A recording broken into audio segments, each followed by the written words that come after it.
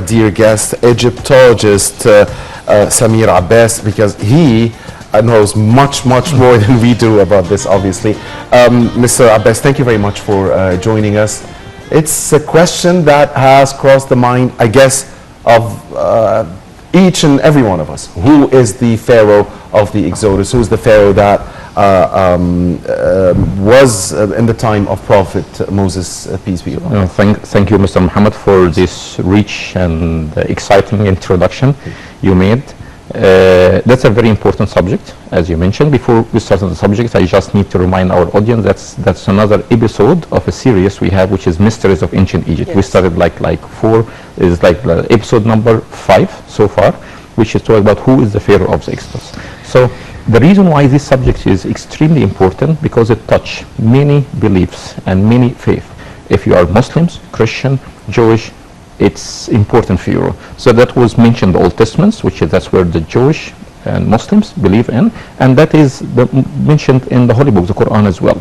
So in the Old Testaments, as Christians and Jews actually introduced, that is the icon of the stories of the Old Testaments. The most important story which is mentioned in the book of Exodus in the Old Testament. For Muslims, there is the most told story. Yes, which is spread in the Quran, which is spread almost actually in 20 different surahs or chapters of the Quran. That's one of the reasons why it is very important, So another reason, because it touches Egypt and the history of Egypt as well. So especially that it's also deals with a very sensitive topic, which is, we will talk about that from religious and historical point of view today, which is about the Arab-Israeli conflicts. So in the Pharaoh of the Exodus is still an early to know, or we don't have enough evidence to say that who's exact person. So what we are trying to find is the most person which can fit in the story. But it seems that it is very obvious that in the Quran, in the Old Testaments, the Pharaoh name is not mentioned. So just the title. The Pharaoh is a title, not the name. Which opens up a new theory that it could be more than one, not just one. Exactly. Pharaoh. So that theory also, but that theory as well cannot be confirmed, right? I mean, it's also from my personal reading, there is nothing can be confirmed. Right. And it seemed that it was a God. It was a God will that nobody knows the exact Pharaoh of the Exodus, because if God wants us to know that there is other names has been mentioned in this story except the Pharaoh itself. So that we will cover in the conclusion. Why and we this don't have Pharaoh drowned, right? Yes, we are talking about the Pharaoh which is drowned on the Red Sea or the Red Sea. That's another debating subject, because if we believe that it is Ramesses II or Meneptah or Seti II or Amenhotep II, yes, we found his body. His body is mummified and in display in the Egyptian Museum. Area in the Holy Quran which says we will save his body. Right. So we'll save his body. So it is a quite interesting subject here. So to start this subject, we need to look at the historical period, so when that happens. And that will open another big debate, yes. there was different theories about when these incidents happens. But the good thing that we had a very important reference or especially in the Old Testaments, which is tell us the location, the city where things happens. Yes. So that's a very good time actually for introducing this picture, because they are dealing with a city in the northeast of Cairo, on the east of the Delta, which is today called the San al-Hagar, and that was the ancient capital one day of Egypt, which is in the ancient times known as Tanis, exactly, Sharia. So Ramesses or Ramesses, that was the city which is mentioned in the Old Testaments where Moses lived and where the Pharaoh lived as well. So now we know at least it should be like 1400, 1300 BC, 3,300 years ago, because before Ramesses I, we have no evidence. We have no evidence that this city exists. So that's another picture which is showing the possible crossing location, we'll talk about that later on. But going back to the main topic, the city. Yeah. So the interesting thing that there was in 1986, Manfred Bittak, Austrian archaeologist, he made an excavations around Tanis, and he was attracted by a piece of a stone, which is actually plotted in the diagrams I have, which is showing a field, and there is a pedestal with the foot of the King Ramesses II, Colossus of Ramesses II there. So that was 30 kilometers away from Tanis, and that was the location of Per Ramessu back in the ancient times, so which is not far away from the location where Tanis or some today. So, which is mean that, so that is something which is confirmed what we have in the Old Testament, that we know the location where the incident happens. And since it was named after Ramses I, so we know that it should be happens, or the Pharaoh should be one of the kings who ruled Egypt after Ramses I. So we are talking about king who ruled Egypt in the 19th dynasty onwards, not before. So because there is That is confirmed. That we can confirm. you know, so because we have the name of the city, Ramesses or Ramensu, and the city already has been found, the blocks and the name of the city is written on it. So we have a reference, the 19th, from the 19th dynasty on, after Ramses I. Yes, exactly. I'm just repeating what you said, so it will be... remember that. So before finding, that was like a kind of a new discovery, like 1986 is like a new discovery. So before that, there was many other theories. And these theories has been printed and documented in books, is still around so far. And there is still scholars which is believe in the old theory, and they find a problem to update their knowledge and based on the new theory. So that is the first key point, which is we had to sort our dispute today about the Pharaoh of the Exodus. The second one, is it only one Pharaoh, or we are dealing with more than one Pharaoh? So Moses, from the Old Testament perspective, is lived for nearly 150 years. And we don't have a Pharaoh in ancient Egypt ruled for 150 years. But do we know at which age he became prophet? Or that wouldn't make a difference, right? Yeah, because if he lived for 150, because he was born in the era of Pharaoh I.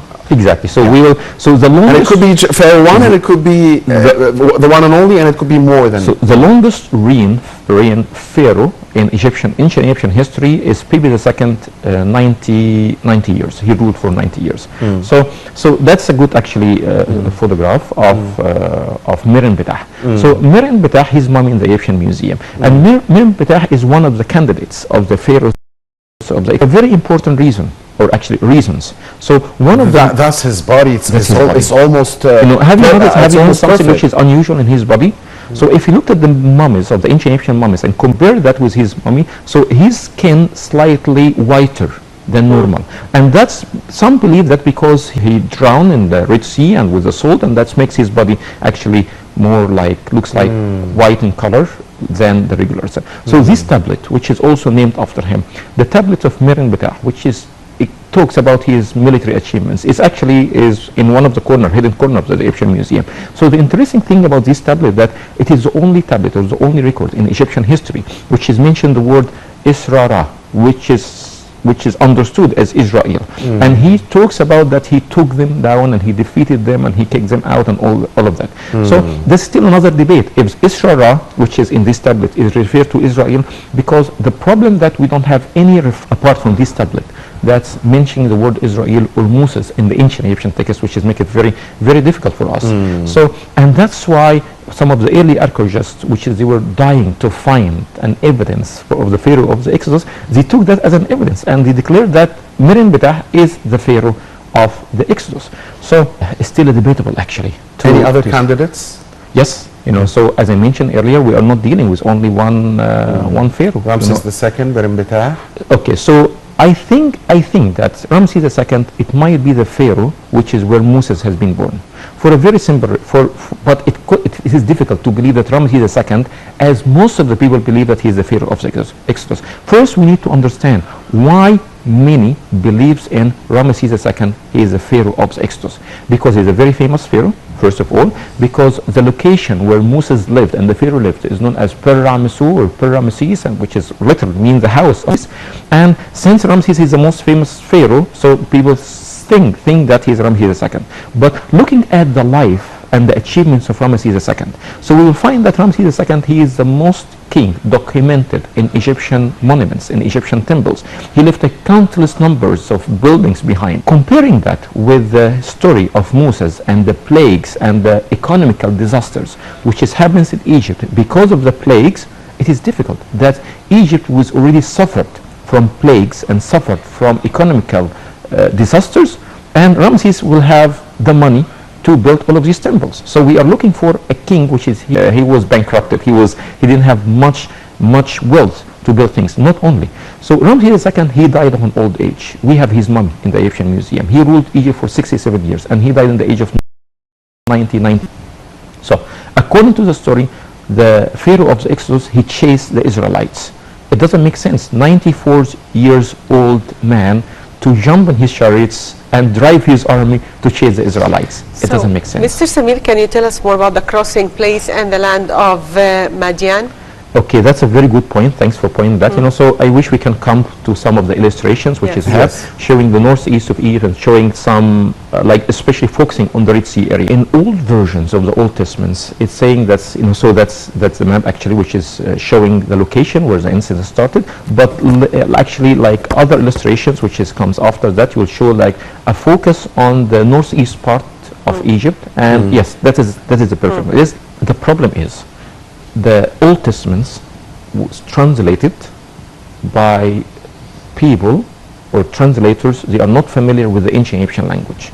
In the original text, which is that's before being translated actually into English and into Greek as well. So there is a word, the word which is described the location of the crossing place, Pa-Yam. Pa-Yam in ancient Egypt means it could be applied to the sea, it could be applied to a lake with reeds, it could be applied to the Nile River during the flood time. All that is called in the ancient Egyptian terminology, language, is called Yam, or Yam. So the problem that is wrongly translated into the Red Sea, R-E-D, Red Sea. And that's why it became a tradition to believe that the crossing location is the Red Sea. While in the new translation that was fixed, in the new translation of the Old Testaments, in the New International Version, for example, it's saying Reed Sea with 2 E. And that's a very big difference between Red Sea and Reed Sea. So it's still, the crossing location is still a matter of debate.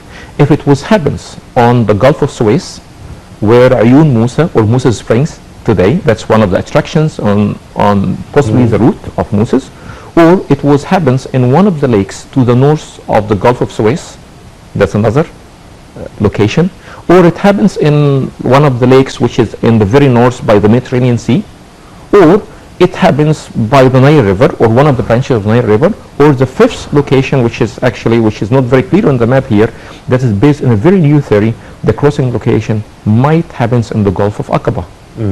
And that will open a completely different subject. That means that the wandering place or the wandering land, which is where the Israelites wander for 40 years, is not Sinai, is Saudi Arabia, the northwest of Saudi Arabia. That's the brand new theory about that. And based on some excavations happens by some archaeologists there, which is briefly because there was there needs more permissions and more time. They said that they found evidence that the early Israelites, they lived there and they worshipped the golden calf, which is mean that the Mount of Moses, it should be there. But from our tradition today, Moses Mountain, Sinai. Exactly. Lives in Sinai, and that's why telling you that's a very debating subject now. Tur Sinai.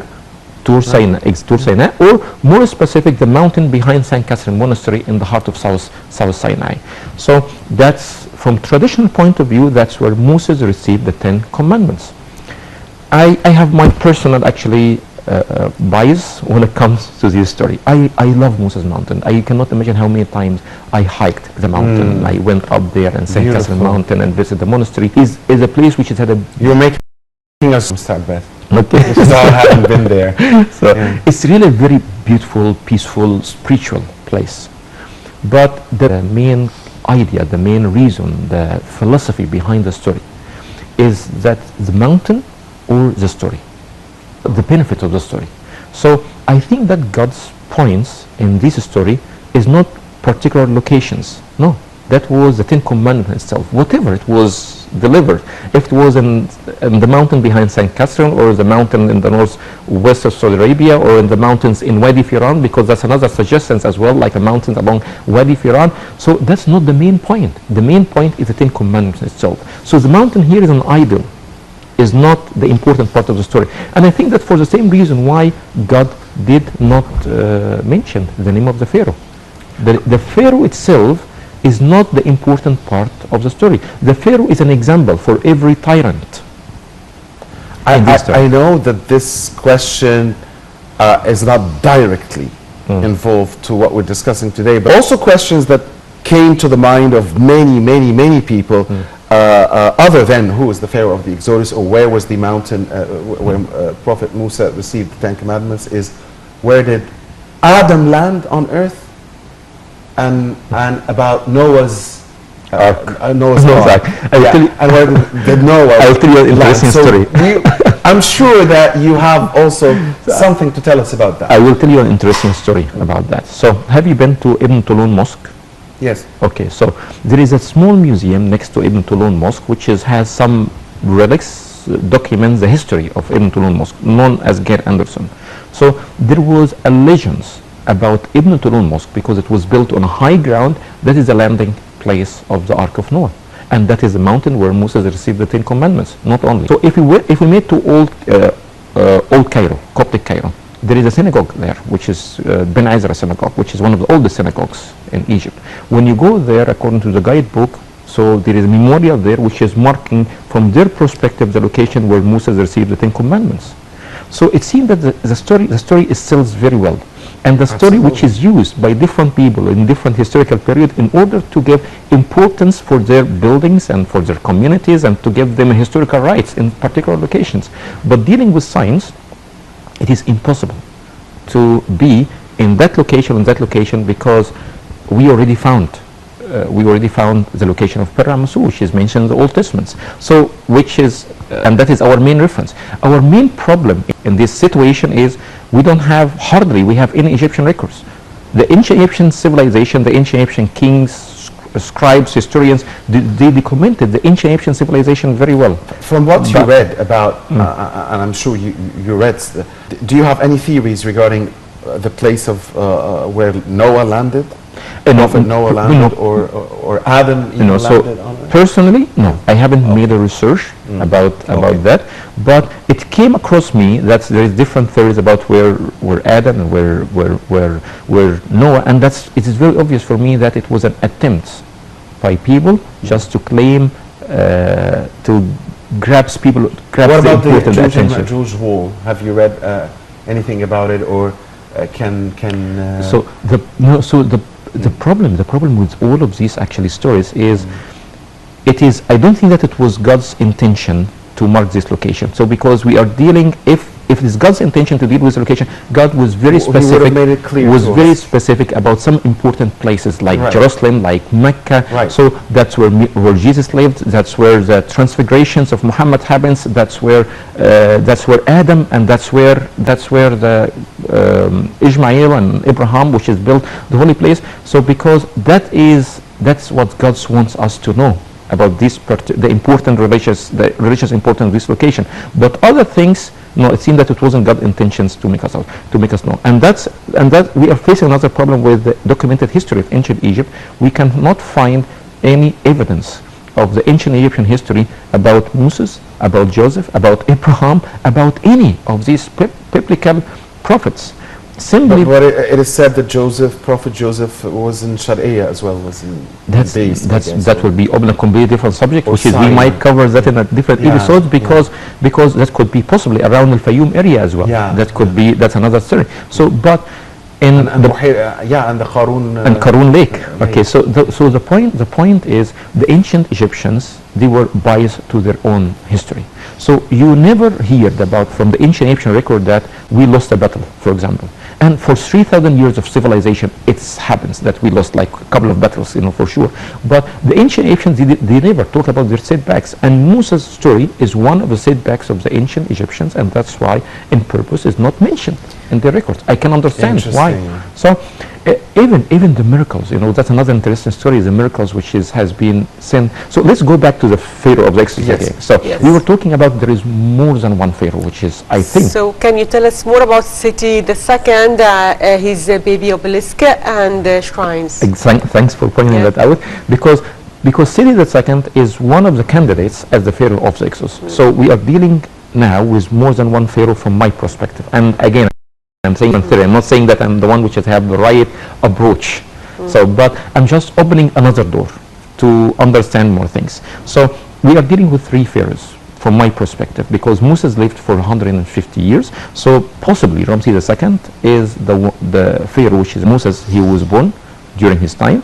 So possibly Mirin Betah is a jealous half-brother which is caused problems with Musa, and that's why he decided to travel or fled to Sinai or the land of Midian.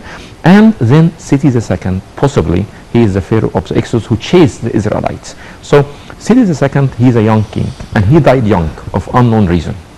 Seti II, he left hardly any monuments behind, and the country was in a great political and economical disasters. So, and the proof was that. So hardly any monuments which is left behind. When you go to Karnak, that's another actually images which is I brought with me when you go to Karnak temple.